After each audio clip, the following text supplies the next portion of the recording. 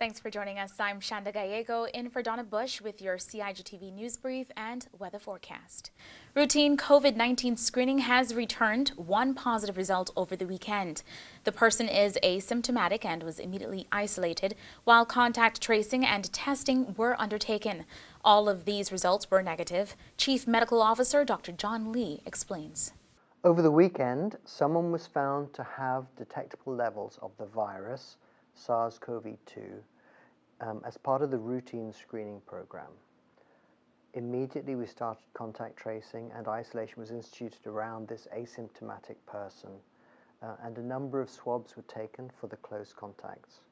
So far we have 14 swabs of the close contacts and they've all proven to have been negative. The investigation is ongoing, but there is no relevant travel history for this positive case. It appears that this case is a past infection which is lingering in the person's body, and the very sensitive PCR test has picked up inactive viral particles. However, the test is going to be reported to PAHO and the WHO, the World Health Organization, as a community-acquired positive. Our screening program continues across the islands, and I would encourage you, if you're called for screening, to please come forward to try to help us to reduce the threat of COVID-19 disease across the islands. A reminder, if you're called for screening as part of government's ongoing testing efforts, please come forward. Members of the public can also schedule a free COVID-19 screening test using HSA's online appointment booking tool. Testing is by appointment only and must be made 48 hours in advance.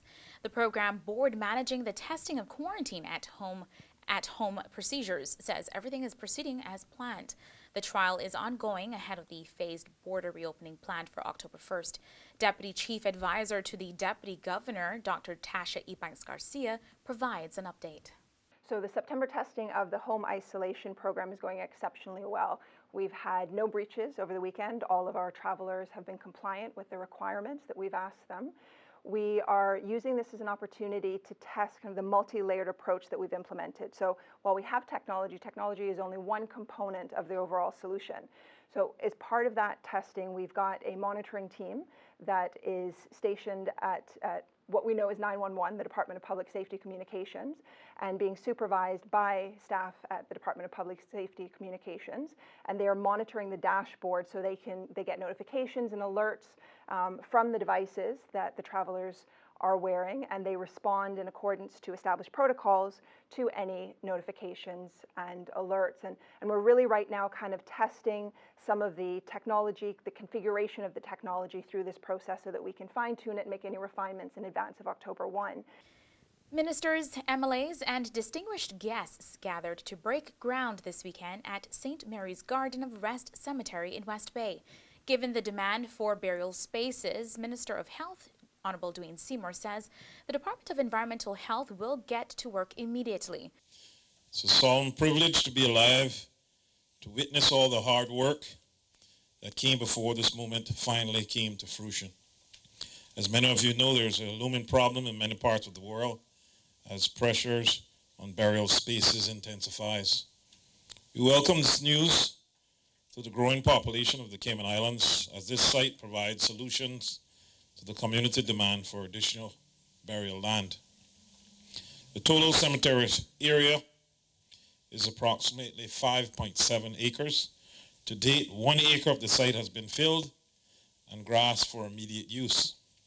The goal of the Department of Environmental Health is to have 20 to 25 constructed by mid-October. The design layout for the cemetery will provide the longest cemetery lifespan in the Cayman Islands at about 80 years, with a total of 5,542 vaults, both satisfying demand for additional land for burials and providing peace of mind for families. Turning now to the forecast from the Cayman Islands National Weather Service. Today's weather is partly cloudy with a 30% chance of showers with highs of 90 degrees and lows of 74. Winds blowing east to northeast at 5 to 10 knots will become lighter and more variable by night. Seas are smooth to slight with wave heights less than 2 feet, and light winds and slight seas are expected to continue across the Cayman Islands. That's due to a weak pressure gradient over the Caribbean Sea. For more on local weather, you can go online to weather.gov.ky, or you can download their app, CINWS, for the latest forecast. And that ends today's news brief here on CIG Television. I'm Shanda Gallego in for Donna Bush. Thank you for joining us.